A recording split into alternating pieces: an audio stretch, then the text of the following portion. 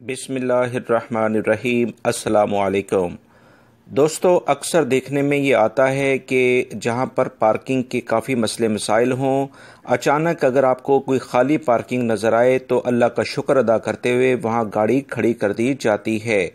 मगर अक्सर लोग ये चीज़ नहीं देखते कि ये पार्किंग खाली क्यों है और क्या ये किसी ऐसे अफराद के लिए तो नहीं है जो कि खुसूसी अफराद कहलाते हैं, यानी कोई माजूर अफराद कहलाते हैं। इसी सिलसिले में सऊदी महकमा ट्रैफिक ने काफ़ी बड़ी कार्रवाइयाँ ममलिकत के तमाम इलाकों में शुरू कर दी हैं, जिसमें 2051 से ज़ायद गाड़ियों को जुर्माने किए गए हैं। याद रखें, ये जुर्माने 1000 रियाल तक हो सकते हैं।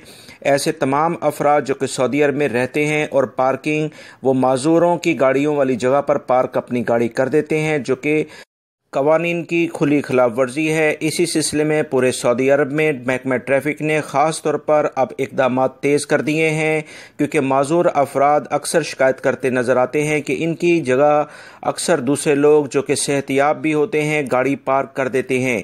याद रखें, माजूरों के लिए जो बनाई गई जगह पार्किंग की होती है वो अक्सर एंट्रेंस वाली जगहों के करीब होती है, ताकि वो आसानी से आने जाने में उन्हें किसी भी किस्म की मुश्किलात ना हों। लिहाजा हमेशा पार्किंग के टाइम पर बहुत एहतियात करें, क्योंकि सऊदी अरब में इस वक्त काफ़ी ज़्यादा इस सिलसिले में महकमा ट्रैफिक ने खिलाफ वर्जियाँ शुरू कर दी हैं, जो कि 1000 रियाल तक भी हो रही हैं।